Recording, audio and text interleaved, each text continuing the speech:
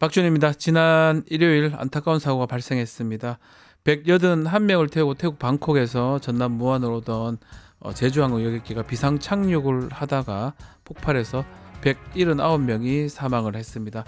소방당국 이번 사고 원인으로 그 조류 충돌로 인한 랜딩 기어 불발 추정되고 있는 가운데 정확한 사고 원인도 지금 조사를 하고 있는 상황입니다. 자, 오늘 저희 뉴스 인사이다 관련 소식들 집중적으로 전달해 드리겠습니다. 박준 뉴스 인사이다 바로 시작하겠습니다.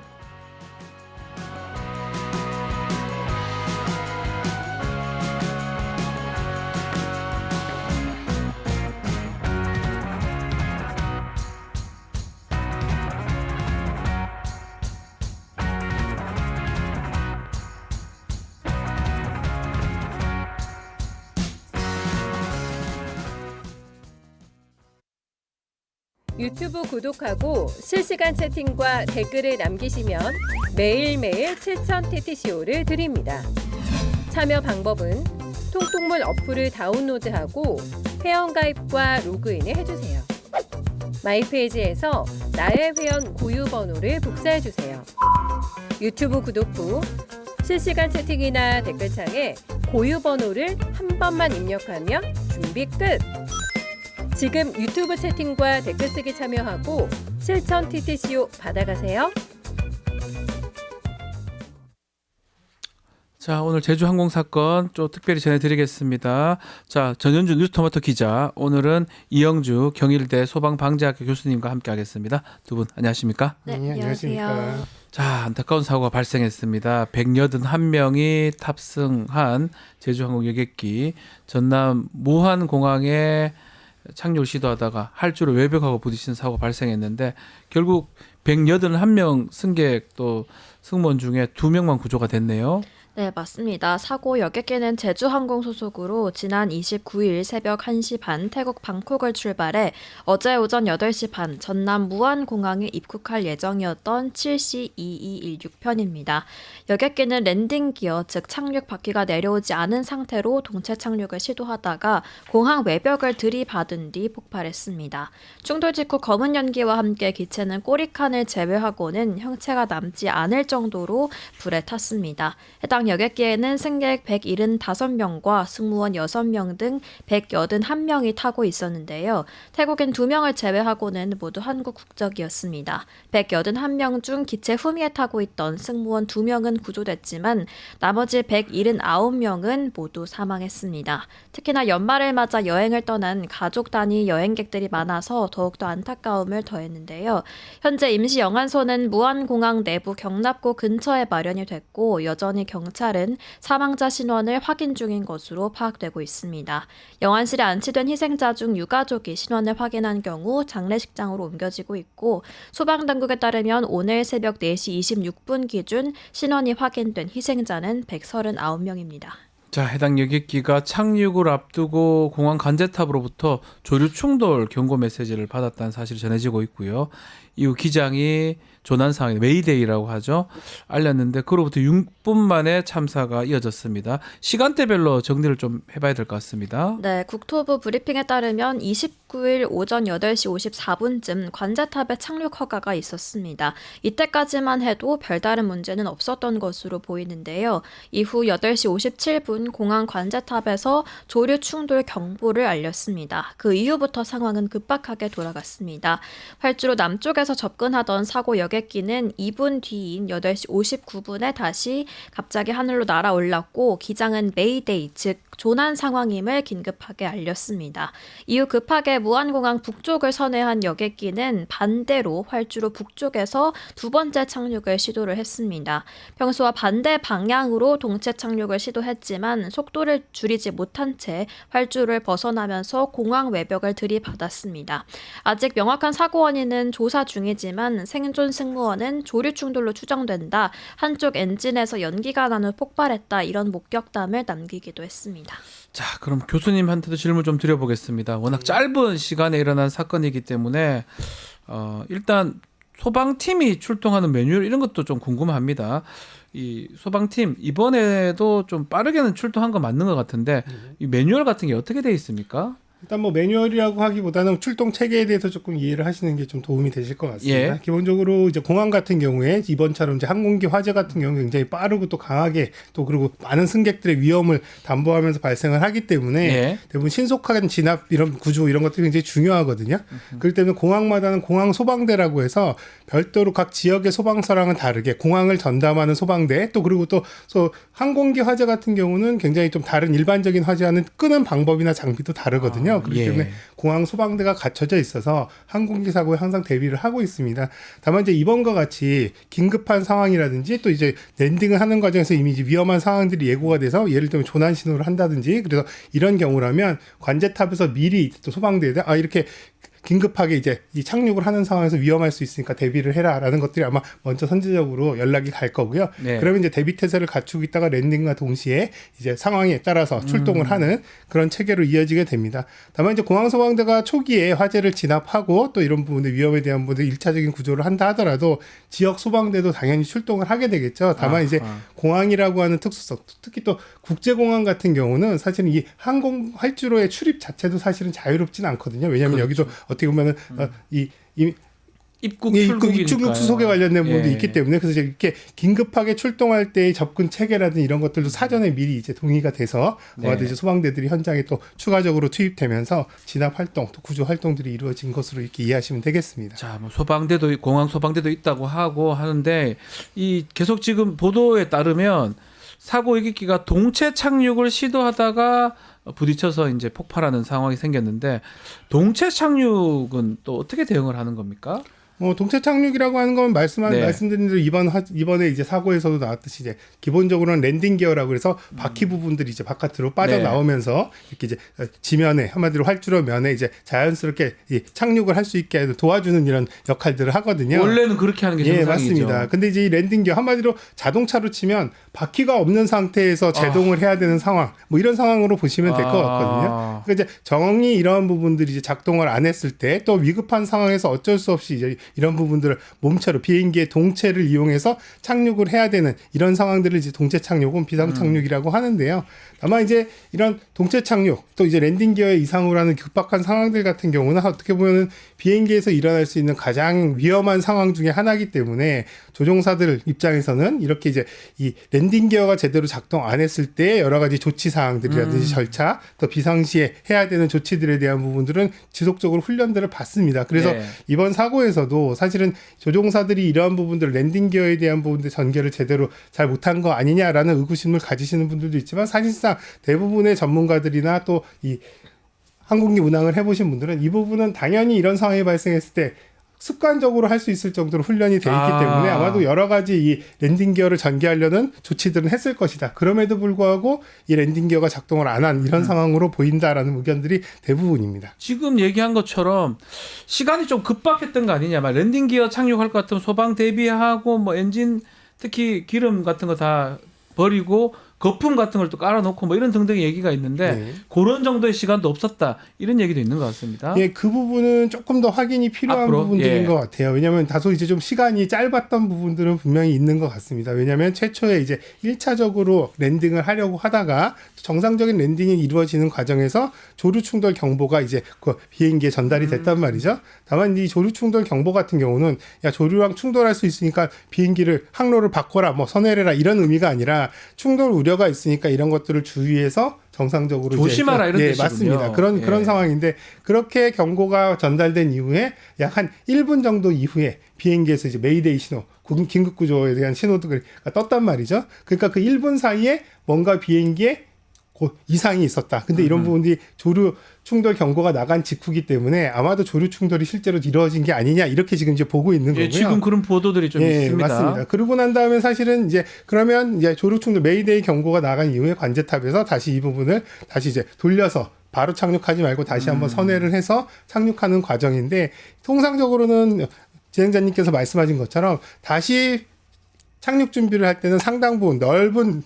회전각을 가지고 돌아서 원래 내리려고 하던 그 활주로 방향 쪽으로 네. 랜딩을 안정적으로 갖춘 다음에 하는 부분들이 일반적인데 여기서는 굉장히 좁은 각으로 다른 쪽 활주로로 바로 이동을 하면서 맞습니다. 그쪽에서 이제 긴급하게 랜딩을 하는 과정에서 시간도 굉장히 짧았고 준비가 충분하지 못한 그 시간이 짧기 때문에 충분히 준비하기도 좀 어렵지 않았었나 이렇게 보는 거거든요. 네. 말씀하신 대로 일반적으로 또 이제 이렇게 동체 착륙을 한다고 하면 대부분 많은 분들이 아시다시피 비행기 내에 이런 기름이라든지 이런 것들, 항공유 같은 것들을 최대한 소모하거나 버리거나 예. 그래서 혹시라도 이제 이건 두 가지 이유가 있는데요. 하나는 이제 기본적으로 동체 착륙을 했을 때 혹시라도 이번처럼 이제 화재가 발생했을 때 화재의 가연물, 이 연료 자체를 최소화시켜서 위험을 줄이는 부분들도 있고 또 동체 착륙을 하기 위해서는 비행기의 중량도 적정 중량으로 맞춰야 되기 때문에 예. 이렇기 때문에 이제 항공유를 버려야 되는 그러한 상황이 되는데 안타깝게도 이 737 기종 같은 경우에 737-800 기종 같은 경우에는 이 항공유를 강제로 버리는 그 기능이 없는 거예요. 아, 그래요? 네. 그러니까 만약에 이런 상황에서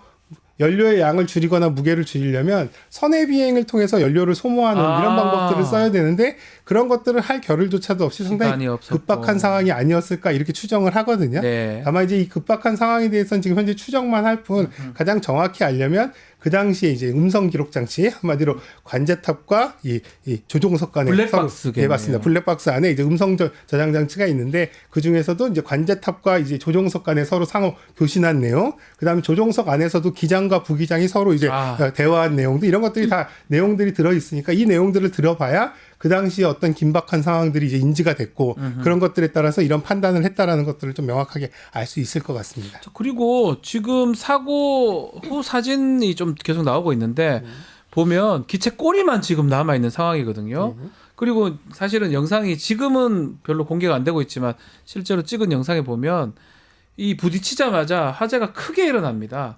꼬리 빼고는 다 지금 화재에 휩싸였던 것 같은데 빠르게 이렇게 화재가 된 게 이유가 뭡니까? 뭐 연료나 이런 것 때문에 그렇다고 봐야 됩니까? 네, 아마도 이제 이 동체 착륙을 해서 이제 뭐 한마디로 이제 지면에 마찰이 일어나면서 동체 그러면서 자체 불이 난 거고. 예, 동체 자체에 이제 일단 마찰열에 의해서도 그렇고 또 이제 마찰에서 불꽃도 일어나는 그런 상황이었는데요. 이 상황에서 이제 이 담과 부딪힘과 동시에 아마도 이제 담의 일부 부분들이 이제 동체 자체에 아마 훼손을 가져왔을 거고요. 그런 것들로 통해서 이제 항공유가 이제 쏟아져 나오면서 거기에 바로 이제 불이 붙으면서 급격하게 폭발을 동반한 연소 확대로 이어진 것으로 보거든요. 네. 다만 문제는 이제 많은 분들이 이제 영상으로 기존에 보셨던 것처럼 정면으로 이제 충돌을 하는 형태이기 때문에 앞쪽 부분부터 또 뒤쪽 부분이 앞쪽으로 힘이 실려서 계속 폭발된 그곳으로 이제 몰려가는 상황. 그러니까요. 이렇기 때문에 사실은 그 안에 계셨던 분들은 착륙 단계부터 사실은 계속 미끄러져서 충돌해서 불이 나는 상황까지 뭔가 조치를 하실 수 있는 이런 기회조차 없었던 상황입니다. 그렇기 아마도, 때문에 사실 예. 뭔가 대피를 한다거나 구조를 한다거나 뭐 이런 결을 자체가 없는 굉장히 좀 짧은 순간에 일어난 굉장히 참혹한 상황이었다 이렇게 보시는 게 맞을 것 같습니다. 상당히 뭐 순식간에 급박하게 일어났고 그것을 막을 아니면 대비할 겨를조차 없었던 것 같은데 조류 관련해서 조금 더 질문을 좀 드리고 싶은 게 이 조류 충돌 방지 매뉴얼은 있는 거죠. 예, 조류가 뭐, 있으면 뭐 어떻게 해라.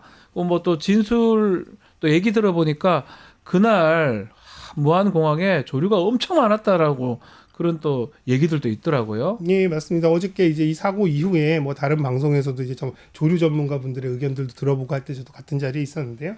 우선 기본적으로 사실 이착륙 시에 한마디로 지면에서 가까운 한 대략 새들 조류들이 이제 활동하는 네. 이 영역이 한 지상으로부터 한 1km 이내 정도거든요. 그럼 1km 이내라고 그러면 비행기가 정상적으로 운행하는 과정에서는 사실 이거보다 높은 고도로 운행이 되기 때문에 사실 예. 안 걸리는 게 맞네요. 예, 원래 맞습니다. 원칙적으로. 예, 버드 스트라이크 발생할 예. 가능성도 그만큼 적은데 예. 다만 이제 이륙을 하거나 착륙을 하는 경우에는 고도가 자연스럽게 낮아질 수밖에 없으니까 이 이제 새들이 활동하는 영역 부분을 당연히 이제 지나가야 되는 이런 상황들이 있었고요. 또 하나는 이제 문제는 이렇게 새들이 공항 주변에 습지라든지 풀숲 같은 것들이 많이 있다 보니까 또 사람들도 잘 접근을 안 하고 하다 보니까 조류들이 굉장히 공항 근처에 많거든요. 꼭 이게 무안공항이 아니더라도 다른 공항들 뭐 바닷가에 있는 공항이든 다른 공항들도 사실은 주변에 조류들이 상당히 많이 서식을 하는 그런 상황들. 또 그리고 조류학자 말로는 오히려 이제 아침 시간대, 오전 시간대 같은 경우는 먹이를 찾는 이런 새들 때문에 오히려 새들이 좀 더 많거나 이동들이 많은 그런 상황이었을 수도 있다. 이런 의견들도 주셨거든요. 예. 어쨌든 간에 뭐 조류 이런 많이 출몰을 하기 때문에 이런 것들을 방지하기 위해서 이를테면은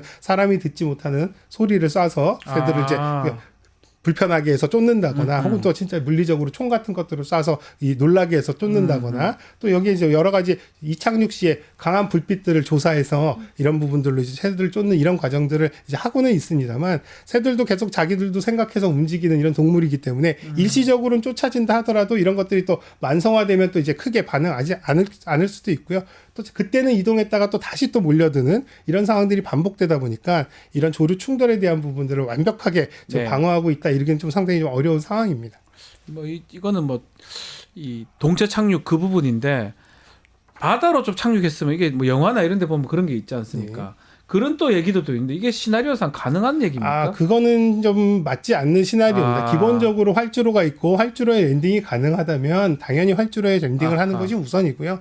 도저히 활주로에서 랜딩을 모든 게 안 됐을 때 바다로 가는 거죠. 이제 피치 못하게 이런 것들은 이제 거의 뭐 기장의 이제 어떤 임기응변으로 할 수 있는 방법들이긴 합니다만 이렇게 무작정 바다 쪽으로 가는 것 이런 것들은 사실 권하지 않습니다. 그러니까 이 말씀하신 대로 그렇게 했었더라면 조금 낫지 않을까라고 하는 기대는 있지만 사실 그런 기대 자체가 사실은 이런 표준화된 절차 또 이런 방법들은 아니다 이렇게 보시는 게 맞겠죠. 말씀처럼 지금 명확한 사고 원인이 규명된 건 아닙니다.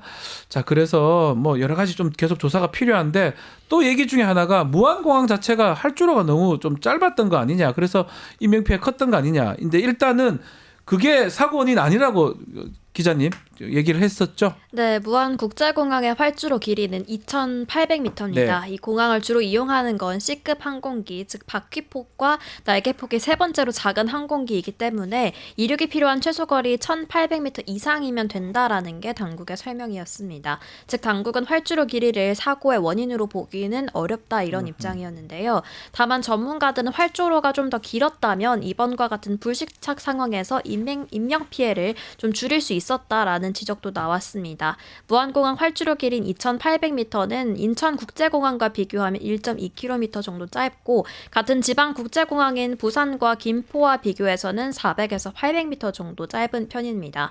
또 활주로 끝에서 외벽까지의 구간은 비포장 구역이라서 동체 착륙을 시도하는 항공기의 속도를 낮추는 데 효과적인 구간인데요.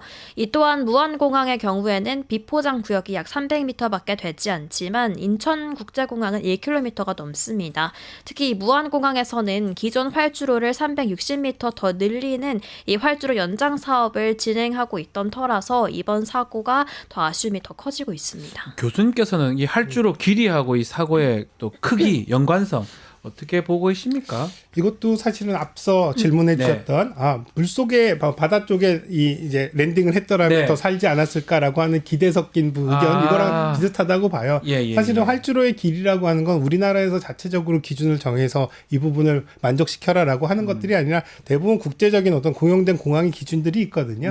거기서 말씀하신 이제 C급 항공기 이 정도는 대략 이제 한 2,800 미터 정도 되면 굉장히 긴 가장 맥시멈의 길이라고 보거든요. 우리나라에 이제 C급 항공기가 랜딩할 수 있는 이런 공항들은 다 이 기준을 만족을 하고 있습니다. 그렇기 때문에 또 이 기준은 단순히 비행기를 이륙시키거나 착륙시키는 정상 상태뿐만 아니라 노면의 상태라든지 여러 가지 사고 상황에 대비해서 안전율까지를 반영한 그런 길이를 확보하고 있는 거거든요. 그렇기 때문에 이런 사고로 인해서 조금 더 여유 공간이나 길이가 좀 더 길었더라면 안전할 수 있지 않을까라고 하는 일반인 분들께서 기대를 하시겠지만 이 기준들은 사실 뭐 모두가 그런 부분들까지를 충족해서 만들어 놓은 거기 때문에 이런 이제 길이가 짧아서 문제가 있었다 이런 지역들은 조금 어렵고 다만 이제 그런 지역들은 있습니다. 랜딩하는 과정에서 활주로를 충분히 다 사용하지 못한 상황인 것 같다라는 부분들 2,800m라고 하더라도 제대로 랜딩 지점이라든지 이걸 이제 터치다운 지점이라고 하는데 최초의 비행기가 딱 내리는 발을 딛는 그 지점이 사실은 활주로의 끝쪽 부분부터 자연스럽게 쭉 내려왔다 그러면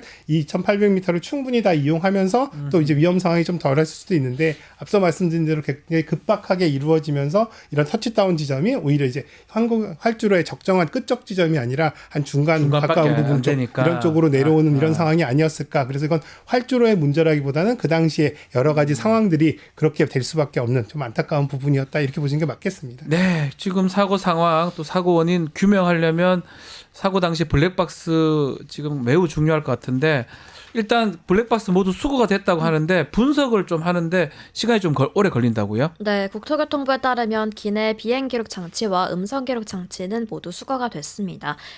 여객기 블랙박스는 이 비행 기록 장치와 조종석 음성 기록 장치 두 가지로 분류가 되는데요. 비행 기록 장치는 항공기의 3차원적인 비행 경로와 각 장치의 단위별 작동 상태를 기록하는 장치로 사고 경위를 조사하는 데 가장 중요한 단서로 꼽히고 있습니다. 다만 이 비행 자료 기록 장치는 외형이 일부 손상된 채 수거가 됐는데요. 이 훼손 정도가 심할 경우 미국 국가교통안전위원회에 조사를 맡겨야 하는데 이럴 경우에는 블랙박스 해독에만 6개월 이상 걸린다는 전망도 나오고 있습니다. 또 다른 블랙박스인 이 음성 기록 장치로 조종실 승무원 간의 대화, 또 관제기관과 승무원 간의 교신 내용 등을 저장하는 장치인데요. 두 장치가 모두 회수된 것은 긍정적이지만 통상적으로 해당 장치를 통해서 정확한 사고 원인을 규명하는 데는 최소 6개월에서 최대 3년이 소요될 전망입니다. 블랙박스가 이렇게 회수한다 해도 시간이 이렇게 오래 걸리는 겁니까? 예, 기본적으로는 이제 블랙박스에 있는 내용들을 네. 판독할 때도 이런 것들을 열람하는 과정들도 절차들이 있거든요. 객관성을 확보해야 되기 때문에 그런 과정들이 있고요. 또 지금 현재는 지금 이제 어떤 의견들은 블랙박스 중에 이제 이 외형이 상당히 좀 훼손이 돼서 네. 이런 내용들에 이제 복원을 하거나 판독을 하는데 시간이 걸릴 것이다. 이렇게 의견들이 또 있는데 꼭 그렇지만은 않습니다. 사실은 블랙박스 자체가 굉장히 높은 고온에서 견딜 수 있게끔 또 내충격성도 상당히 강하게 이렇게 갖춰져 있기 때문에 외형이 일부 훼손됐다 하더라도 이런 부분의 판독에 심각한 문제를 지기는 조금 이제 어려울 수도 있어서 그런 부분들의 시간 소요보다는 기본적인 통상적인 블랙박스에 해독하는 절차 또 그리고 이 데이터들을 단순히 뽑아서 바로 발표하는 것들이 아니라 이 데이터들을 기반으로 해서 전문가들과 또 분석을 해야 관련 되겠네요. 맞습니다. 여러 가지 이 상황들에 대한 부분들을 계속 분석하는 과정들 또 그리고 여기에 관련된 항공사나 또 항공기 제조사 또 정부 기관 이런 것들이 내용들에 대한 충분한 이제 검증과 이 합의가 필요한 부분들도 있거든요. 네. 서로 이제 이런 조사 결과에 서로 동의한다라는 부분들까지를 포함해서 그럼 이런 절차들이 다 이루어지려면 상당히 많은 시간들이 소요되거든요. 그래서 특히 이제 항공기 사고 같은 경우는 뭐 빨라야 6개월, 아까 말씀드린 1년 이상, 1년도 있더라고요. 길게는 2, 예. 3년까지 걸리는데요. 이런 이제 항공기 사고의 특수성, 조사의 특수성이 있다. 이런 부분들은 국민분들께서 좀 이해를 하실 필요는 있겠습니다. 네. 자, 이번 사고가 있었던 여객기가 제주항공 여객기인데요. 제주항공의 공식 입장 어떻습니까? 네, 김입의 제주항공 대표는 사고 5시간 만에 서울에서 브리핑을 열고 책임을 통감한다고 밝혔습니다. 김 대표는 사고 원인을 불문하고 최고 경영자로서 책임을 통감한다면서 빠른 사고 수습과 탑승자 가족 지원을 위해 모든 노력을 다하겠다라고 했습니다. 다만 사고 항공기에 대해서는 이상 징후는 전혀 없었다면서 사고 원인에 대해서는 말을 아꼈는데요. 이후 김 대표는 무안공항 사고 현장을 찾아 유가족들을 만나서 유족 지원과 보상을 위해 최선을 다하겠다고 밝혔습니다.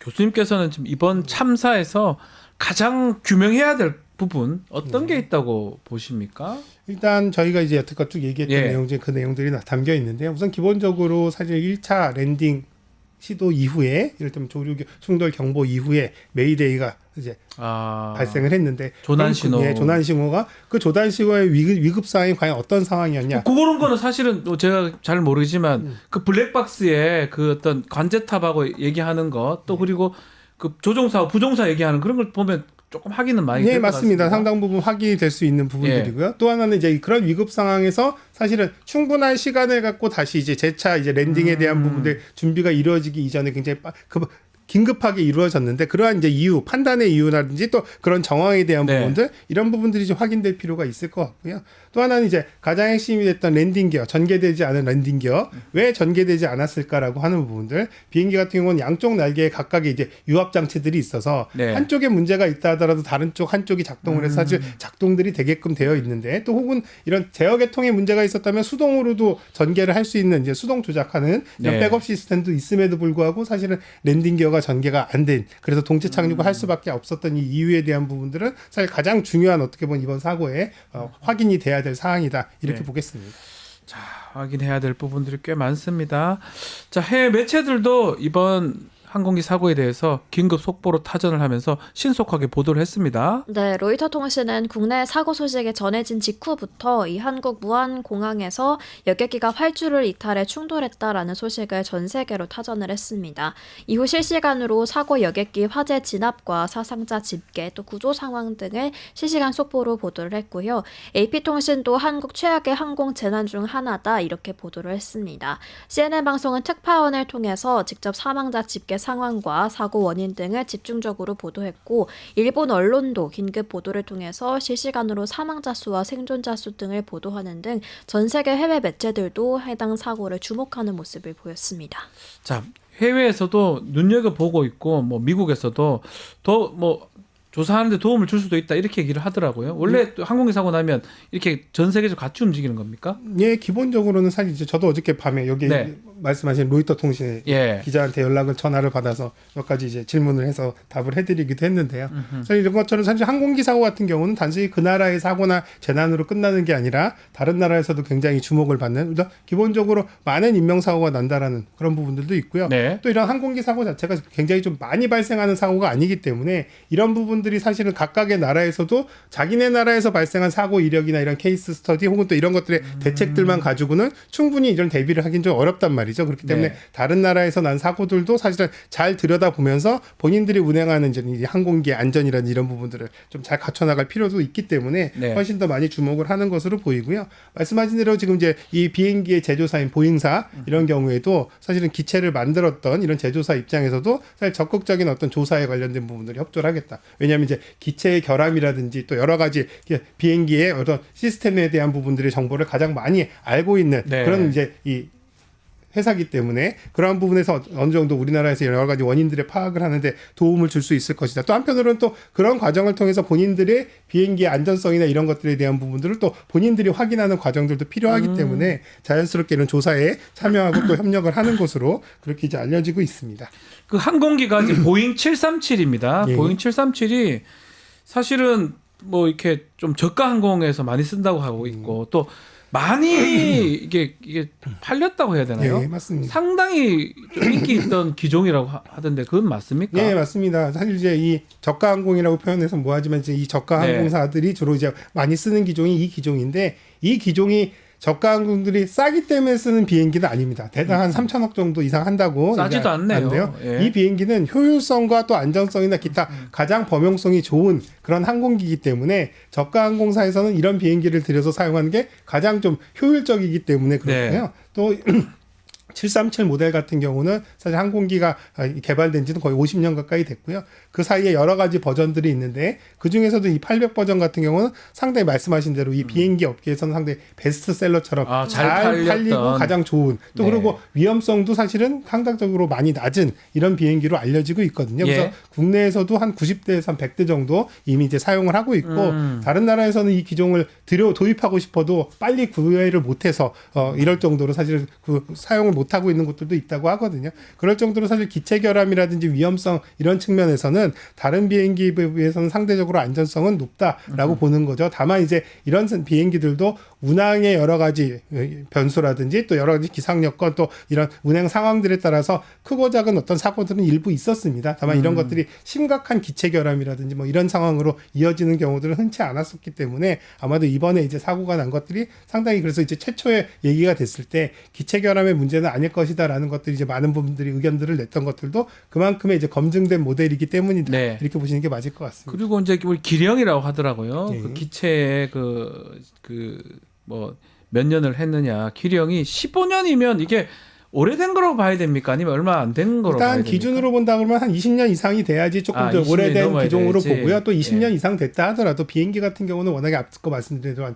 몇천억씩 하는 고가의 비용이기 그러니까요. 때문에 뭐 오래됐다고 해서 이걸 쓰지 못해 이런 것들이 아니라 계속 정비를 하면서 안전 기준을 충족시키면서 사실은 한마디로 잘 관리하면서 네. 타는 그런 이제 이 기기라고 보시는 게 맞을 것 같고요. 그래서 통상 15년 정도 된 이 비행기 같은 경우는 노후화됐다 이렇게 보기는 어렵고 어떻게 보면 비행기 할 때는 적정하고 또 어떻게 보면 좀 그렇게 오래되지 않은 그런 이제 기종이랑 이제 뭐 기령이 됐다. 보는 기체가 거죠. 뭐가 네. 이렇게 오래돼서 뭔가 아니면 737 보잉이니까 뭐가 됐다. 이렇게 지금 아직 섣불리 판단하기는 어렵다는 예, 거네요. 맞습니다. 이건 쉽게 말씀드리면 우리가 새 차를 사더라도 사실은 네. 주인이 잘 관리해서 그러니까요. 점검도 하면서 하면은 사실은 10년, 20년을 타던 새 차처럼 잘 사용할 수가 있잖아요. 그런 것처럼 비행기 자체는 처음부터도 이런 관리들이 굉장히 엄격하게 이루어지기 때문에 그러한 부분들을 충족한다면 단순히 오래됐다는 이유만으로 위험하다 이렇게 얘기하기는 좀 어렵다 보시는 게 맞겠습니다. 자, 정확한 사고 규명 반드시 필요할 것 같은데 자 정쟁을 이어가던 정치권에서 이번 참사에 대해서 애도의 물결을 이어가고 있습니다. 소개 네. 좀 해주시죠. 네, 우선 정부는 이번 참사와 관련해서 네. 내년 1월 4일 24시까지 7일간을 국가 애도 기간으로 정했습니다. 이에 따라 전 부처와 지방자치단체, 공공기관들은 조기를 개항하고 공직자들은 애도 리본을 달게 됩니다. 또한 최상목 권한대행은 무안군을 특별 재난 지역으로 선포를 했고요. 정치권에서도 사고 직후 긴급 회의를 열면서 사태 수습에 나섰습니다. 한편 탄핵 가결 이후 직접적 메시지를 내지 않던 윤석열 씨도 사고 극복에 국민과 함께 하겠다라는 메시지를 내기도 했는데요. 우원식 국회의장은 지금은 인명 구조가 가장 우선이라면서 국회도 해야 할 일에 찾아 최대한 지원하겠다라고 했습니다.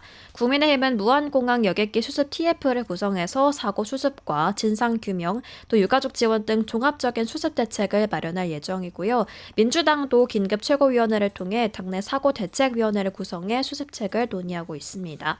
당초 오늘 열릴 예정이었던 상임위 일정은 모두 미뤄졌고 여야는 무안공항 사고 수습이 최우선이라는 데 한 목소리를 내면서 다른 정치적 일정들은 모두 잠정 중단하는 분위기입니다. 네, 뭐 당연히 지금 뭐 정치적 정쟁 얘기할 수 있는 상황은 아닌 것 같고요. 또 일주일간 7일간 국가 애도 기간이 설정돼 있으니까 좀 지켜봐야 될 것 같은데 교수님 보시기에는 앞으로 좀 어떤 것들이 좀 필요할 거라고 생각이 드십니까? 일단 뭐 어제 사고가 발생했고 네. 불과 이제 24시간이 채 지나지 않았는데요. 하루도 안 지났죠. 네, 이제 이미 이제 9시. 뭐 사고 현장들은 어느 정도 수습이 됐을 테지만 네. 여기 말씀하셨던 이제 유가족들 또 이것들을 지켜봐서 충격을 받았던 국민들의 마음들은 상당히 오랜 기간 동안 어려움을 겪을 것으로 보이거든요. 네. 그렇기 때문에 사실 지금 현재 유가족들의 어떤 심리 안정이라든지 또 한편으로는 또 유가족들은 어쨌든 이제 가족들을 잃었기 때문에 뭐 더 뭐 어떻게 할 수 있는 방법들은 없겠습니다만 사후 처리에 관련된 부분들이라든지 이런 네. 부분들을 조금 더 원활하게 또 이분들의 눈높이에서 맞춰서 이런 절차들을 진행할 수 있도록 하는 배려에 대한 부분들이 충분히 필요하고요. 예. 사실은 이런 부분들도 사실 우리나라의 재난관리 체계상 이런 부분들이 사실 유족에 대한 관리라든지 또 사망자에 대한 여러 가지 이런 이 보상이라든지 관리 이런 것들이 다 이제 포함되어 있기 때문에 이런 부분들이 룰에는 정해져 있어도 조금 더 세심하게 네. 우리가 이제 원칙대로 한다기보다는 그분들의 입장에서 조금 더 이런 부분들을 좀 처리를 해 나가는 과정들 필요해 보이고요. 또 이분들의 심리 안정뿐만 아니라 국민분들께서도 또 혹은 또 이 당시에 현장을 수습했던 이 항공사 직원들이라든지 또 여기에 투입됐던 소방관이라든지 각종 이제 이 공무원분들 이런 분들도 사실은 본인들은 그런 위급한 상황에서 활동들을 하느라고 그런 부분들을 의식 못했겠지만 잠재적으로는 이분들도 사실 어떻게 보면 심리적인 피해를 피해자가 입으신 될수 분들이거든요. 있죠. 그러니까 이런 부분들의 사후 관리라든지 이런 부분들 좀 더 섬세하게 하고 또 많은 국민들이 지금 충격적인 영상에 막 그대로 노출되는 그런 상황들이기 때문에 유가족뿐만 아니라 일반 국민들도 그런 부분들이 상당히 좀 불안감이 있을 수 있으니까요. 이런 부분들을 좀 완화하는데 우리가 사회적으로 많은 노력들을 좀 필요로 하겠다 생각이 듭니다. 급하게 막 사고 원인 막 계속 막 내는 것보다는 이런 어떤 좀 심리적 지원이라든지 피해자들 좀 보호해주는 이런 게 더 필요하다고 지금 그렇게 보시는 거군요. 네, 맞습니다. 교수님께서는. 사실은 어저께 오늘도 사실 마찬가지로 예. 오늘도 이제 많은 방송에서 이런 이제 사고의 원인들이나 또 사고 상황에 벌써 대한 막 부분들을 추측을 해가지고 어쩌고 예. 저쩌고 얘기들이 계속 나오고 있잖아요. 예, 맞습니다. 이런 것들이 사실 어떻게 보면 물론 우리의 국민들의 알 권리를 충족시켜준다라는 네. 측면에 긍정적인 부분들도 있지만 또 한편으로는 차분하게 또 정확한 조사와 결과를 기다리는 것들도 사실은 필요한 부분들이거든요. 그래서 너무 성급하게 이런 것들에 대한 부분들 요구를 한다거나 또 이런 부분들을 자꾸 이제 다른 뭔가가 있지 않을까라고 하는 의구심을 갖기보다는 예. 오히려 이제 피해를 입으신 가족들 또 국민 전체에 대한 이 상처를 좀 보듬어 주는데 신경을 쓰고 또 이런 이면에서는 정확하게 조사와 또 이런 분석들이 이루어져야 되는 또 그런 기관들에서는 그런 부분들을 좀 충실하게 해주는 부분들 이런 것들이 서로 좀 노력이 필요할 것 같습니다. 알겠습니다. 자, 오늘 특별히 또 우리 교수님 이영주 교수님 모시고 오늘 재난 상황 좀 짚어봤습니다. 또 전현주 기자 오늘 감사드리고요. 저는 잠시 후에 영식당으로 돌아오겠습니다. 두 분 감사합니다. 고맙습니다. 감사합니다.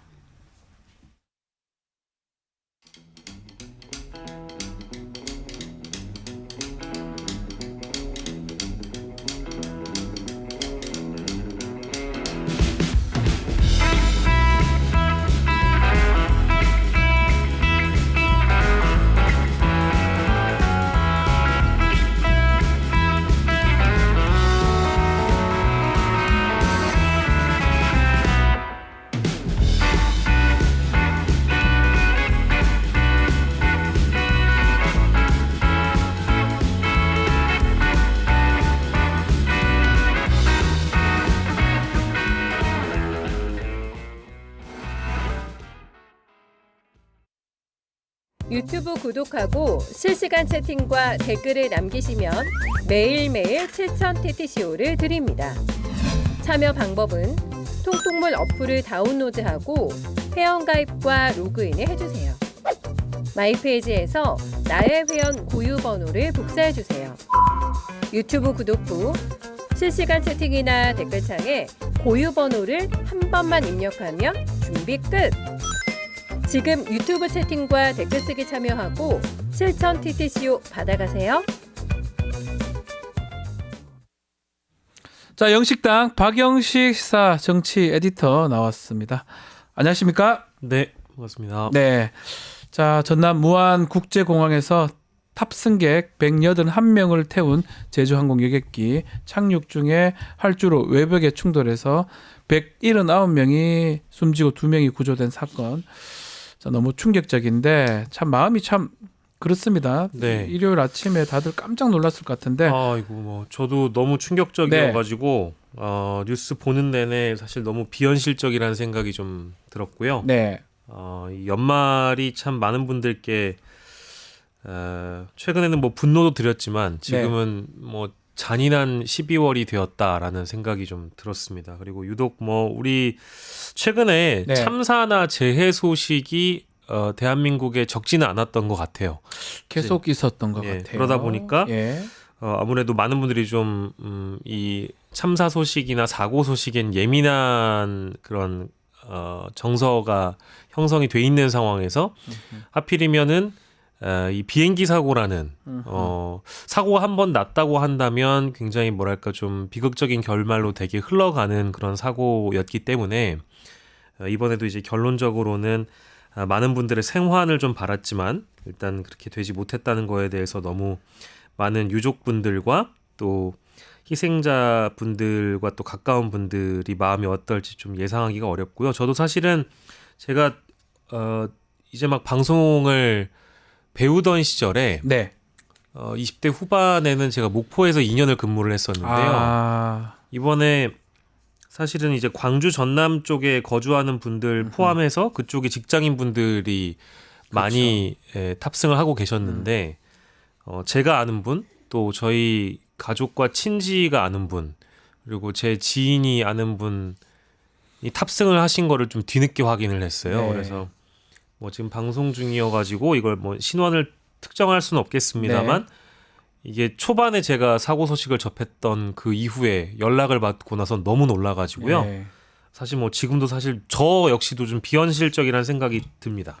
저도 사실은 뭐 이거 야구단 관련된 분이 또 계셔서 이미 보도가 예, 그래서 됐더라고요. 제가 정말 너무 충격을 받았고 사실은 수가 많지 않습니까? 많다 보니까 다 연관성이 아마 따져보면 있을 것 같아요. 특히 전남하고 광주에 거주하는 분들이 좀 많아요. 무안공항이다 보니까. 그리고 이번에 좀 놀랐던 게 가족 단위 단체로 또 이동하다가 예. 이런 일들이 또 있었던 것 같습니다. 맞습니다. 제가 광주 쪽에서 확인해 준 걸 보니까 네. 탑승자가 181명 중에서 81명 정도로 지금 파악이 됐다고 이제 광주시가 밝혔고 네. 전남도 교육청 쪽에서도 입장 밝힌 거 보니까 거기에 이제 교직원분들이 탑승했고 전남 지역 학생도 이제 네. 일부 탑승을 했다고 지금 밝히고 있고요. 교직원들의 경우에는 지금 사무관 분들이 소수가 이제 함께 여행을 갔다 온 걸로 파악이 됐고 네. 그 외에도 이제 전라남도가 거주지인 분들 대다수였다고 하고 이게 가족 단위와 단체가 많을 수밖에 없었던 이유를 살펴보니까 이게 이제 전세기였다라고 합니다. 아, 전세기였습니까? 그러니까 이제 그 전세기라는 거는 여행사들이 이제 모객한 대부분 이제 우리가 패키지 여행이라고 하죠. 그러니까 여행사가 해가지고 이제 한 전세기였다. 그렇습니다. 네, 네.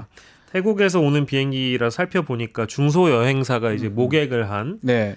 전세기였던 걸로 파악이 돼서 대부분 좌석을 여행사가 미리 구매했다가 이제 그것을 판매하는 경우가 많다 보니까 크리스마스 맞이로 해서 3박 5일 태국 딱 일정이었다고 그러네. 하더라고요. 크리스마스하고 딱 연결돼 있네요. 예, 그래서 이제 네. 좀 안타까운 것은 말씀 주신 대로 가족이다 보니까 미성년자 탑승객도 15명 정도가 포함됐고 아휴. 부모님까지 포함을 하면 이제 일가족이 전체가 이제 희생이 되던 경우가 많아서 무안공항 분위기가 좀 전달이 되고 있습니다만 뭐 아들, 딸 그리고 며느리까지 포함해서 모두 다 돌아오지 못한 케이스들도 일부 있기 때문에 뭐 하염없이 아무튼 눈물만 흘리고 계신 유족분들이 굉장히 많다고 전해지고 있습니다. 지금 보니까 3세 남아도 있더라고요. 네.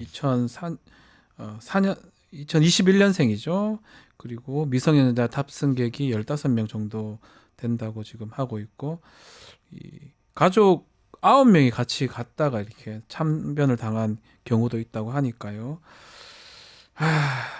근데 사실은 이번에 그 제주 항공 여객기가 이게 이제 사고 난 여객기가 또 이게 뭐 이런 사고가 나면 여러 가지 얘기가 나오는데 며칠 전에도 회항했던 기록들이 있다 이런 얘기까지 있는데 이건 어떤 내용입니까? 네, 맞습니다. 그러니까 이제 네. 사고 원인에 대해서는 이제 앞선 방송 시간에 여러분들께 전해드린 것처럼 이제 원인을 저희가 방송 때 뭐 이렇다라고 단정지을 수가 없습니다. 그렇게 해서는 안 되고 실제 있죠. 추정만 할 수 있는 예. 부분이고 다만 이 회항 기록이나 기존에 있었던 이 사고기에 대한 이력들을 좀 살펴보니까 많은 보도들이 이루어지고 있는데요.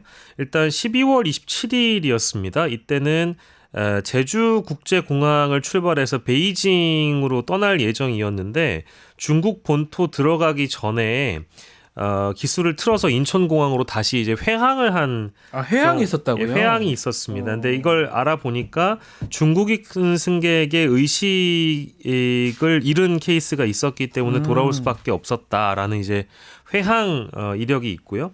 그리고 2022년 11월에도 회항한 기록이 있어서 보도가 됐는데 일본 간사이 국제공항에서 김포로 네. 돌아왔던 기록이 있습니다. 근데 이거는 살펴보니까 조류 충돌 의심으로 국토부와 제주항공이 결론을 냈다라고 하고요. 다만 이렇게 결론 내리는 과정에서 조류 충돌로 축소 보고하도록 지시를 했다라는 의혹이 커뮤니티를 중심으로 그 당시에도 있었다라고 하는데 이것과는 별개로 국토부 결론은 조류 충돌 의심으로 결론이 냈다라는 것이고요. 네. 그리고 회항과는 다르게 12월 27일에 마찬가지로 시동 꺼짐 현상에 대한 주장이 제기된 바 있습니다. 네.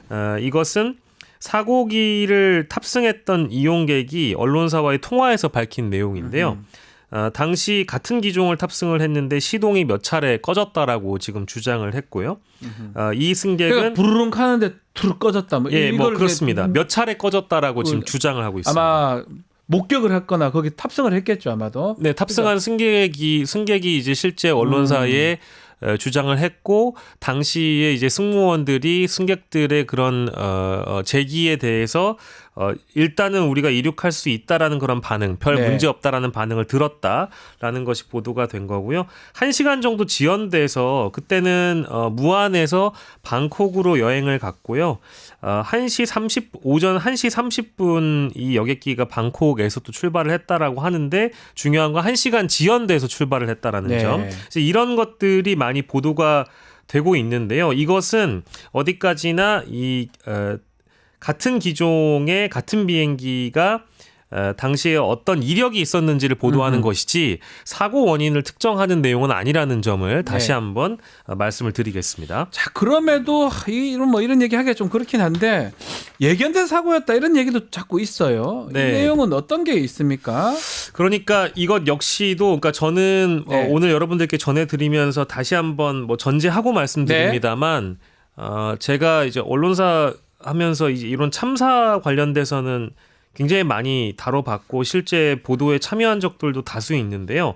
언론사에서 보도하는 내용들 중에는 이제 일정 부분 추정이 들어간 부분과 사례가 적시된 부분 이런 것들은 현재 사고 원인과는 무관할 수 있고 그렇죠. 그리고 뭐 물론 이것을 우리가 언급하는 이유는 저희가 지금부터 언급할 대상은 온라인 커뮤니티 더하기 이 직장인 커뮤니티 있지 않습니까? 익명으로 글이 올라오는 경우가 있어요. 그러니까 제주항공에서 근무하시는 분들이 이러이러한 케이스가 있었다라고 주장하는 내용들이 기존에 있었다. 이제 이거는 저희가 한번 살펴볼 필요가 있기 때문에 언급하는 거니까 네. 사고 원인에 대한 추정은 아니라는 점 말씀드리겠습니다. 예.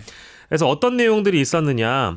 일단은 정비 환경이 열악했고 기존부터 기체 결함이 잦았다라는 증언이 있었다라는 증언들이 겁니다. 있었다. 직장인 익명 커뮤니티의 제주항공 직원으로 보이는 글, 아까 저희가 잠깐 캡처본을 보여드렸는데요. 네. 제주항공 타지 마라라는 글인데 재직 중이라고 밝힌 작성자 A씨가요. 요즘 툭하면 엔진 결함이다. 언제 떨어질지 모른다. 사장 하나 잘못 데려와서 정비, 운항, 재무 모두 개판이다. 요즘 다른 항공사로 탈출하는 분위기다. 이제 이런 아하. 글이 있었다는 거예요. 글이 있었다. 네, 이게 예. 일단은 첫 번째고요. 그리고 항공 정비사들 경우에는 제주항공 측에서 휴식 시간을 보장받지 못하고 타 항공사 대비해가지고 좀 무리하게 업무를 담당했다. 그래서 기체 안전이 위태로웠던 거 아니냐 이런 주장이 마찬가지로 제기가 됐습니다. 네. 이분은 이제 제주항공 정비사인데요. 정비사의 경우에는 야간에 13시간에서 14시간 일했고 밥 먹는 시간 20분 남짓 제외하면 쉬는 시간 자체가 없었다. 그리고 타 항공사 대비 업무량도 많았고 휴식 없이 피로에 쩔어 있었기 때문에 제대로 대우받지 못하는 정비사가 항공기를 정비하면 사고와도 직결될 수 있는 거 아니냐라는 불만의 목소리가 일단 주장이 있었고요. 예. 그래서 제주항공에서 2년 버티면 어느 항공사든지 갈 수 있다라는 그런 주장인데 이게 이제 두 번째 주장입니다.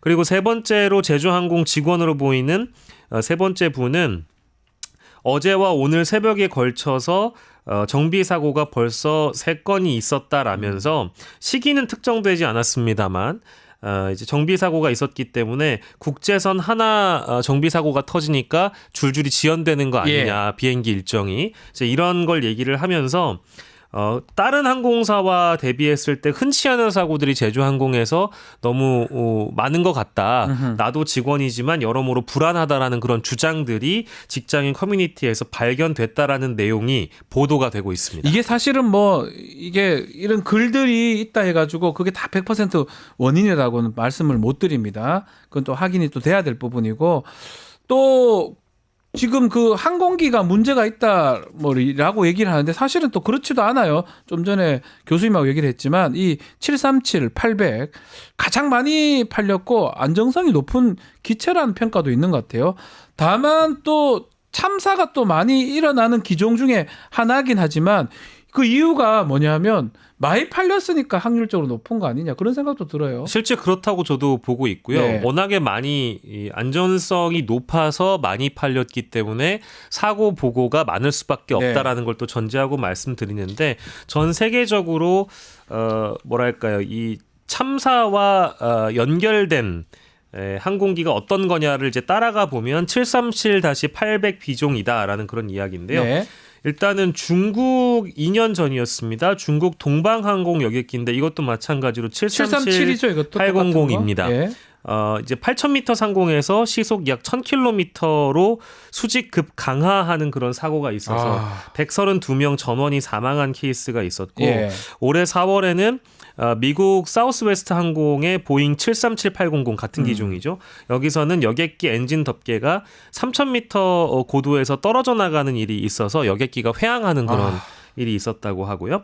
마찬가지로 같은 해였던 3월 6일에 미국 피닉스로 향하던 알래스카 항공 보잉 737-800 이것도 이제 객실에서 연기가 났기 때문에 포틀랜드 공항으로 훼항하는 일이 있었다라고 하고요. 그리고 미국 유나이티드 항공도 737-800을 실제 운행을 했는데 여기에서는 외부 패널 한 개가 없어서 공항 착륙 후에 구설에 오른 바 있었다고 하고요. 그러니까 이렇게 737-800과 관련된 여러 사고나 사건들이 적지 않고요. 그리고 실제 외부 변수로 제일 많이 알려진 사건은 이란의 혁명 수비대가 우크라이나 항공 여객기를 추락시켜서 176명의 목숨이 안타깝게도 희생된 경우가 있었습니다. 이거는 격추한 거잖아요. 이거는 격추했기 때문에 이제 외부 변수라는 말씀을 드린 거고요. 자체 결함과는 실제 관련이 없는 부분입니다. 그러니까 역사적으로 사고의 연루가 되긴 했습니다만 자체적인 문제로 인식되지 않았던 이런 사례들이 보도가 되고 있고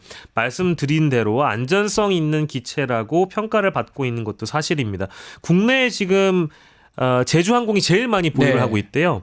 101대가 들어와 많이 101대가 국내에 들어와 있는데 제주항공은 42대를 현재 운행하고 있다고 하고요. 단일 항공기 모델로는 뭐 역대 최다 많이 팔린 기종이라고 하니까 앞서 변호사님 말씀 주신 대로 많이 팔렸기 때문에 사고가 많게 되면 그 기체가 많기 때문에 그렇죠. 그렇게 확률적으로 높을 수밖에 없다라고 봐야 되겠죠. 또 뭐 저가 항공에만 쓴다고 뭐 이렇게 볼 필요는 없을 것 같아요. 효율적이다 이런 말씀도 있는 것 같고요. 이 737, 800 이 기종 자체가 아주 대표적인 기종으로 효율성이 있는 기종으로 꼽히기 때문에 좀 그런 것 같고 또 사고라는 거는 지금 말한 것처럼 기종이 너무 많이 베스트셀러로 팔리다 보니까 또 그럴 가능성이나 확률이 높은 거로 봐야 되지 않을까 생각이 듭니다. 자, 외신에서도 이번 참사를 실시간으로 타전을 하고 있는데 외신에서 주목하고 있는 부분은 어떤 게 있을까요? 네, 이제 외신들도 어제 하루 종일 긴급하게 속보를 내면서 예. 대대적으로 이제 국내에서 있었던 이 제주항공 사고를 보도를 했는데 일단 태국인이 두 분이 여성 태국인이 있다고 하더라고요. 탑승을 해서요. 태국 언론을 비롯해서 일단 외신들은 이제 이 대목에 가장 많이 집중을 했습니다. 외국인은 얼마나 타고 있고 누가 탔는가, 성별은 어땠는가 이런 참사 소식을 긴급하게 보도를 했고 태국 정부가 상황을 확인하기 위해서 노력하고 있다는 설명을 더불어 달았고요.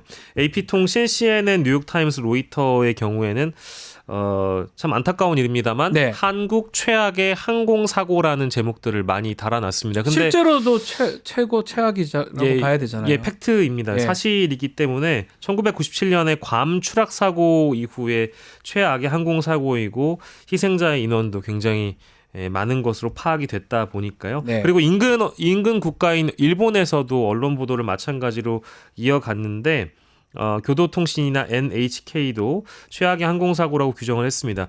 이 외신들이 주목하고 있는 포인트를 이제 한 3가지 정도로 좁힐 수가 있겠는데 네. 아까 말씀드렸던 한국의 항공사고 히스토리를 쭉 나열하면서 97년과 비교했을 때 더 큰 사고라는 점을 꼽고 있고요. 네. 두 번째로는 국내 언론과 마찬가지로 이제 랜딩 기어 오작동에 대한 원인은 도대체 무엇이냐. 그러니까 외신들도 자신들이 확보하고 있는 취재원들 중에 실제 기장이나 부기장 역할을 하셨던 분들을 토대로 인터뷰를 따서 많이 보도를 하고 있는데 비상 착륙 시에 왜 랜딩 기어가 작동하지 못했다라는 부분을 전문가들의 의견을 달아서 보도를 하고 있고요. 마지막으로는 이게 여러 조건들을 좀 따져봐도 아까 앞서서 나오신 우리 전문가 선생님의 발언과 유사한 보도들이 많이 보이는데요.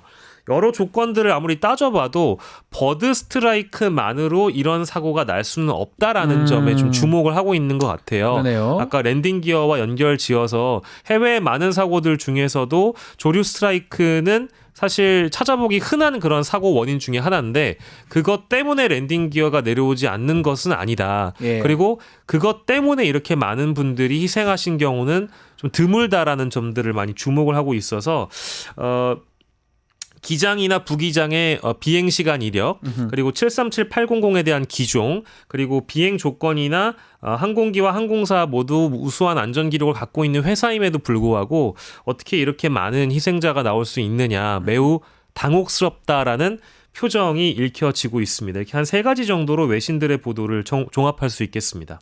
자, 외신에서도 막 주목하고 있는 부분들이 글쎄요, 사고 원인이 과연 뭘까? 그리고 랜딩, 수동 그런 착륙 자체가 어떤 또 문제점이 있었는지 또 왜 급박하게 했는지 그런 부분들은 추후에 좀 밝혀져야 될 부분으로 지금 보입니다. 자, 지금 각국의 정상들의 추모 메시지라든지 그런 내용들도 전달이 되고 있습니다. 네, 지금 중국 시진핑 주석은 제주항공 여객기 사고로 중대한 인명피해가 발생 것을 듣고 놀랐다면서 애도의 뜻을 표했고요. 네. 가장 가까운 이웃나라인 이시바 시게루 일본 총리도 일본 대사관 통해서 여객기 사고로 많은 생명을 잃은 것에 대해서 슬픔을 느낀다라면서 애도를 표했습니다. 그리고 주한 미국 대사인 필립 골드버그는 SNS에 입장을 밝혔는데요. 무안공항에서 발생한 참사 소식에 가슴이 아프다면서 많은 한국 국민들과 국민과 애도하겠다라고 얘기했습니다. 그리고 우르줄라 폰데어 라이엔 유럽연합 집행위원장도 SNS에 이 한국을 파트너로서 대하고 있기 때문에 유럽은 이 슬픔의 시기에 대한민국의 국민 여러분들과 함께한다라는 애도를 표명을 했고요. 네. 독일 총리인 울라프 숄츠 총리도 마찬가지의 입장을 보였고 특히 블라디미르 zel렌스키 우크라이나 대통령도 SNS에 무안군 공항에서 발생한 사고가 수많은 인명을 앗아갔다라면서 생명을 잃는 것 자체가 너무 헤아릴 수 없는 비극이자 아픔이라면서 많은 대한민국 국민과 이 최상목 대통령 권한대행 부총리에게도 애도를 표한다면서 슬픔의 시기에 슬픔을 한국 국민들과 함께하겠다라는 입장을 밝히기도 했습니다. 자, 여객기 사고가 이렇게 나면 사고 원인이 나오기까지는 상당한 기간 조사 기간이 소요가 됩니다. 그래서 뭐 그 부분은 좀 기다려야 될 부분으로 보이는데 또 유족들 입장에서는 지금도 그렇지만 또 고통의 시간을 계속 보낼 수밖에 없을 것 같습니다. 유족들 좀 보호하고 보살피는 게 지금 또 중요한 내용이 아닌가 생각이 드는데요. 네, 정부와 또 정치권에서도 지금 유족을 최우선으로 해서 지원 대책을 꾸려가고 있는 상황인데요. 네. 다만 이제 최근에 내용 중에 가장 안타까운 것은 일단 시신 인도가 일부 지연될 수 있는 가능성이 높습니다. 왜냐하면 전체 179명의 희생자분들 중에 28명 정도가 지금 지문 채취가 어렵다는 거죠. 하다라는 그런 보도가 그래도 유전자 뭐 나와 이렇게 있습니다. 감식 같은 것도 그것도 시간이 조금 걸릴 걸리겠죠, 것 아마도? 같습니다. 바로바로 일단 신원 확인이 안 되다 보니까 지금 물론 국가수나 경찰에서 검안이를 현장에 추가로 파견해서 최대한 속도를 높이고 있습니다만 신속하게 또 유가족들에게 인도를 하기 위해서는 일단 신원 확인이 우선인데 네. 시신의 훼손이 좀 심하거나 또 이제 아까 말씀드렸던 나이가 좀 어린 희생자분의 경우에는 이 지문 등록이 되지 않은 경우도 있을 수 있기 네. 때문에 신원 확인에 시간이 좀 더 걸릴 수 있다라는 점이 일단 매우 안타까운 부분이라고 할 수 있겠고요. 그리고 정확한 사고 원인을 일단 밝히기까지는 시간이 굉장히 오래 걸릴 것 같습니다. 네. 일단 지금으로 따져도 뭐 몇 주라고 밝힐 수가 없고 수개월에서 길게는 뭐 수년도 내다보는 경우가 있다고 하는데 일단 최근에 우리 아시아나 항공 샌프란시스코 추락 사고의 경우에는 11개월 11개월 걸렸다고 그러죠. 하네요. 약 9개월, 대략적으로 11개월. 1년 정도, 1년 정도 걸렸다고 예. 하는데 지금 정부에서 블랙박스를 일단 수거를 했고 거기에는 비행 기록 장치, 음성 기록 장치 2개 다 들어가 있는데요. 네. 이 2개 다 일단 분석을 하기 위해서는 정부 측 입장은 아주 짧게 빨리 하더라도 반년이라고 하고요. 반년이 걸린다. 예, 길게는 3년까지도 걸릴 수 있기 때문에 기체 문제와 또 조종 절차 문제, 혹시 외부 요인은 없었는지까지 종합적으로 파악을 하려고 한다면 상당한 시간이 소요될 것으로 예상이 되기 때문에 일단 단정지어서 아주 빨리 결과가 나올 거라고 언급하는 경우는 드문 것 같습니다. 자, 뭐 속보가 지금 또 하나 있는데 랜딩 기어가 문제가 좀 돼서 또 회항하는 그런 또 기체가 있다고 얘기를 합니다. 상당히 불안해요. 또 이런 일, 근데 또 그런 것도 있는 것 같아요. 이런 사고가 일어나니까 랜딩 기어 문제 생기면 또 이런 일로 발생할 수 있으니까 기장이나 이런 관계자들이 회항시켜라 뭐 이렇게 될 수도 있는 것 같아요. 그렇습니다. 랜딩 기어가 그렇게 수동으로 착륙하는 경우가 많은 건 아니잖아요. 아주 드물다고 드물고 하더라고요. 급박한 상황인 거잖아요. 그래서 좀 지켜보기로 하고요.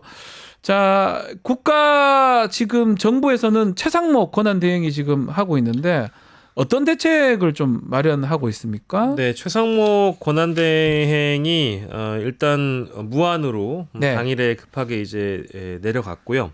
일단 1월 4일 24시까지 7일간은 국가 애도 기간으로 정하겠다고 어제 밝혔습니다. 희생자를 애도하면서 유가족들에 대한 지원도 아끼지 않겠다고 덧붙였는데요. 네. 지금 국가 애도 기간이 7일까지이기 때문에 무안공항 현장과 17개 시도의 합동 분향소가 설치가 되고요. 희생자에 대한 조의와 애도를 국민 여러분들께서 표하실 수 있는 자리가 마련됩니다. 유가족 지원이 제일 중요한데 유가족들과 이 사고 수습 또 유가족뿐만 아니라 사고 수습 관계자들이 편하게 오갈 수 있도록 특별 열차 운행 지원도 한다고 하고 관계 부처와 기관이 함께하는 통합 지원센터를 만들어서 현장에 장례 지원이라든지 또 이제 심리 지원 등 유가족 분들께 지원 내용을 안내할 수 있게끔 하고 통합 지원을 좀 일원화한다고 하고요. 네. 그리고 무안군은 어제자로 특별 재난 지역으로 선포가 됐습니다. 그래서 피해 수습 그리고 유가족 지원, 부상자 치료, 필요한 지원들을 모두 받을 수 있게 하고요. 이 특별 재난 지역으로 선포된 게 이번이 13번째라고 합니다. 네. 그리고 2022년 10월 29일 이태원 참사 때도 당시에도 이제 특별 재난 지역으로 선포된 경우가 있는데요. 이런 참사가 발생했다라는 거에 대해서 많은 분들이 또 안타까워하시고 유가족이 최우선이라는 점을 많은 분들이 공감하고 계신 상황입니다. 지금 상황에서 가장 중요한 거는 어쩌면 돌아가신 희생 당하신 분 또 유가족들의 어떤 심리적 안정이라든지 그런 지원, 보호 이런 게 가장 중요한 상황이 아닌가.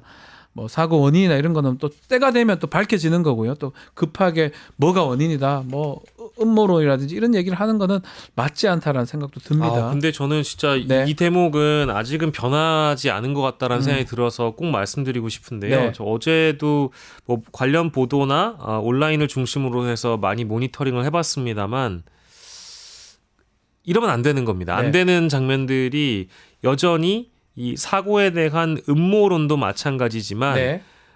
고인과 유족들을 조롱하는 그런 글이나 영상들이 너무 많이 절대 안 됩니다. 너무 예. 많이 지금 업로드가 되고 있고 그런 것들에 물론 이제 그 경고의 댓글을 달아주시는 분들이야 그 분노를 헤아릴 수 있겠습니다만 오히려 그 조롱성 글이나 그런 영상들에 부안애동하는 분들이 적지 않다라는 점은 여러분들께 꼭 다시 한번 말씀드릴 수 있는데 이것은 절대로 해서는 안 되는 맞습니다. 행위이고요. 네. 그리고 보도를 가장해서 실제 영상을 업로드하거나 라이브 클립을 만드는 대한 미디어들도 분명히 눈에 들어오는데 네. 실제로 오죽하면 실제로 현장에서는 유족 중에 한 분이 마이크를 직접 잡고 취재하는 언론사 외에 유튜브를 하시는 분들께는 좀 말씀을 드리고 싶다라면서 실제 밝혔어요. 네. 유튜브 매체들에 대해서만큼은 사실을 왜곡하거나 비트는 일은 없으면 좋겠다. 자제를 호소할 정도였다고 하니 우리가 여러 참사들을 좀 많이 겪어봤습니다만 정확한 보도와 신속하게 내용이 전달되는 것이 또 급한데 네. 그것을 활용해서 가짜 뉴스를 생산하거나 팩트 자체를 비틀어서 고인을 능멸하거나 조롱하는 그리고 또 유족들을 조롱하는 일 그리고 또 지역 정서 그러니까 이제 이것이 또 전라남도에서 벌어진 그런 일이기 얘기도 때문에 나와요. 지역 비하하고 하는 듯한 어떤 내용들. 예, 이런 것들은 절대 있어서는 안 안, 돼요. 되고 해서도 안 되는 행위니까요. 당장 중단을 하셨으면 좋겠습니다. 자, 뭐 또 이게 정치권에서도 뭐 사실 정쟁이 지금 계속 있었잖아요. 탄핵이나 뭐 계엄 내란 이 때문에. 그렇지만 이번에 사고 수습 관련해서는 또 발빠른 움직임도 정치권에서 보이고 있습니다. 네. 야당의 더불어민주당 이재명 대표를 중심으로 해서 긴급 최고위원회가 열렸었고 이재명 대표는 상황이 엄중하니만큼 정부 당국이 가용 가능한 모든 자원을 총동원해서 최대한 신속하게 수습하고 지원해 주시길 바란다라는 메시지를 발신했고요. 민주당 차원에서도 변호인을 지원해 준다든지 여러 차원의 노력을 하고 있고 민주당이 직접 그런 어떤 사고 관련해서 법률 지원하겠다 이 말이네요. 네, 맞습니다. 이제 실제 그렇게 네. 그런 것뿐만 아니라 유가족들을 위해서도 정부를 지원하는 정책과 이런 대책들을 당 차원에 마련해 가지고 조력을 하고 있고 마찬가지로 권성동 국민의힘 대표 권한대행경 원내대표 역시도 정부 지원에 또 그리고 공직자들의 사퇴 수습 기원을 부탁하면서 현장을 방문해서 유가족들을 지원을 하겠다라고 밝히고 있습니다. 자, 정치 일정이 사실은 계속 예정이 돼 있었어요. 지금 많은 정치 일정들이 사실은 뭐 있습니다. 뭐 지금 헌법재판관 임명 부분 또 탄핵 특검법 지금 통과나 등등 여러 가지 정치 일정들 사실은 지금 연말이지만 상당히 좀 중요한 일정들이 있었는데 다 미뤄지겠네요. 그렇습니다. 이제 국회 차원에서 미뤄지는 일정들은 그러니까 상임위 일정이라든지 이런 예. 부분은 당연히 미뤄질 것 같고요. 앞서 변호사님께서 말씀해주신 탄핵 전국 내란 수사와 관련된 정쟁은 잠시 멈추더라도 네. 각 수사기관이나 헌법재판소의 실제 책무는 아마도 보도가 되진 않겠습니다만 대부분 다 이루어질 것으로 보입니다. 그리고 네. 언론에서 가장 주목하고 있는 부분은 일단 특검법안이 1월 1일이면 자동으로 그러니까 이거는 공포가 어떻게 되기 될 것 때문에 같습니다. 이건 제가 좀 개인적으로도 이 상황에서 또 거부권을 최상목 대행이 하는 것도 맞는지 싶고요. 또 참 그렇다고 또 예. 모르겠어요, 진짜로. 그러니까 이게 사실 초유의 사태입니다. 왜냐하면 네. 지난주 금요일에 이 최상목 기재부 장관이 권한대행의 자격을 받았죠. 받았기 때문에 예. 이틀 만에 실제 참사가 벌어졌고 이 참사를 수습하는 중대본부장의 역할도 확실히 겸임하고 있는 분이어서 이 분이 대통령 권한 대행으로서 국회를 통과한 일반 특검법에 대해서 거부권을 쓸 수 있는가? 지금 시기적으로 일단 그게 가능한가에 대한 애매합니다. 부분이 1월 일단 1일까지니까 나오고요. 얼마 남지도 않았어요. 근데 또 하지 않으면 자동적으로 그냥 공포가 되는 거고요. 되기 때문에 예. 이 대목을 최상목 부총리 입장에서는 권한대행 입장에서는 주말 사이에 고민될 것 사고 같아요. 수습뿐만 아니라 이 대목을 고민했다고 하고 또 알려지는 내용은 헌법재판관 임명에 대해서도 야당의 일정에 따라가지 않겠다라는 발언을 했다라는 전언 이게 이제 보도가 되긴 했으나 이것이 직접적으로 최상목 권한대행이 입장을 밝힌 적이 없기 때문에 그것에 대해서 지금 단정 짓는 것은 무리다. 다만 시한은 가장 급선무인 것은 정치 일정 중에 급선무인 것은 역시 일반 특검법이 1월 1일 공포 전에 네. 최상목 권한대행이 입장을 어떤 식으로든 밝혀야 이것이 이제 그 속행이 되느냐 아니면 거부가 되느냐 둘 중에 하나 아니겠습니까? 네. 근데 이것에 대한 결정을 지금 숙고하고 있는 상황이라서 아마 오늘과 내일 사이에 입장이 나와야 하지 않을까. 나와야 될 것 같아요. 그런 생각이 좀 들지만 1일까지니까요. 많은 분들이나 또 정치권에서 또 국민분들께서 바라보시기에는 국가 애도기간이 선포된 상황이기 때문에 네. 아마 이거에 대해서는 급선무라고 여겨지진 않을 것 같고요. 그렇죠. 아마 임박해서 입장을 밝히지 않을까. 즉 오늘이 아니라 내일 정도 입장이 나오지 않을까라는 예상들은 많이 하고 있습니다. 내일이 말일이고요. 1일이 시한입니다. 특검법 시한. 자, 그리고 요거 하나 더 짚어보죠. 윤석열 씨가 뭐 이번 참사 관련해서 애도 위로의 마음을 또 SNS 통해서 전달을 했습니다. 아마 직무정지 이후로 첫 번째로 공식 입장을 밝힌 거라고 봐야 되겠죠? 예, 뭐 대한민국에 있는 어떤 사람이든 네. 자신의 SNS를 통해서 이번 사고와 참사와 관련돼서 애도와 위로의 마음을 전하는 것은 당연한 일이라고 봅니다만 현 내란 혐의를 받고 있는 윤석열 씨의 경우에는 좀 바라보는 시각이 따가운 것도 사실이지만 한편으로는 제가 앞서 전해드린 대로 SNS에 국민들을 걱정하는 마음 이것을 표하는 것은 뭐 너무 당연한 일이기도 합니다. 어제 페이스북에 이렇게 적었는데요. 오늘 무안공항에서 참담한 사고가 발생했다. 너무나도 애통하고 참담한 심정이라면서 급박한 상황 속에서도 소방대원들과 모든 구조 인력의 안전도 최우선으로 지켜질 수 있도록 힘써주길 바란다. 어려운 상황을 하루빨리 극복할 수 있도록 국민 여러분과 함께하겠다라고 부연하기도 했습니다. 네. 하지만 추가적으로 좀 첨언을 드린다면 이 입장을 밝힌 당일에 공수처의 3차 소환에 불응했다라는 점까지 함께 전해드리겠습니다. 네. 자, 2025년 또 2024년이 마무리되고 새해를 막 맞이할 앞두고 이렇게 큰 사고가 발생해서 정말 참담한 마음입니다. 모쪼록 희생자들 또 유가족 마음이 더 다치지 않도록 정부 또 정치권이 힘을 모아서 빠른 수습과 대책 마련에 힘써 주시기 바라겠습니다. 오늘 영식당 박영식 시사 에디터와 함께했습니다. 감사합니다. 네, 고인들의 명복을 빌겠습니다. 명복을 빌겠습니다. 자, 뉴스토마토 구독자 이벤트도 하나 소개해드리겠습니다. 지금 실시간 채팅창 참여를 하시면 매일매일 2,000 통통 쿠폰 지급해드리고 있습니다. 매일 2,000원 상당의 할인 쿠폰을 지급해드리는데요. 채팅창 링크에 있는 통통몰 앱에 가입하신 뒤에 회원 고유번호 코드를 실시간 채팅창에 한 번만 붙여넣기를 하면 이벤트에 참여하실 수가 있습니다. 댓글을 다실 경우에는 하루 5번까지 참여하실 수가 있고요. 1,000 통통 쿠폰씩 총 5,000 통통 쿠폰을 드리겠습니다. 드리겠습니다.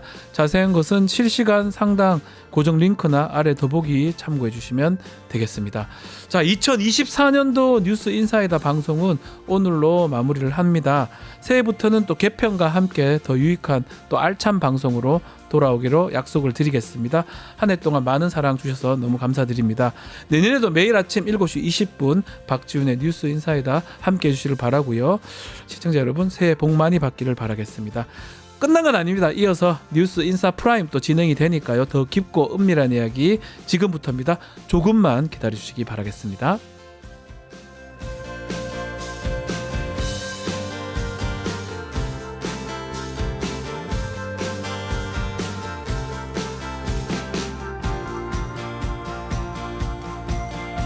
유튜브 구독하고 실시간 채팅과 댓글을 남기시면 매일매일 7천 TTCO를 드립니다. 참여 방법은 통통물 어플을 다운로드하고 회원가입과 로그인을 해주세요. 마이페이지에서 나의 회원 고유 번호를 복사해주세요. 유튜브 구독 후 실시간 채팅이나 댓글창에 고유 번호를 한 번만 입력하면 준비 끝! 지금 유튜브 채팅과 댓글 쓰기 참여하고 7,000 TTCO 받아가세요.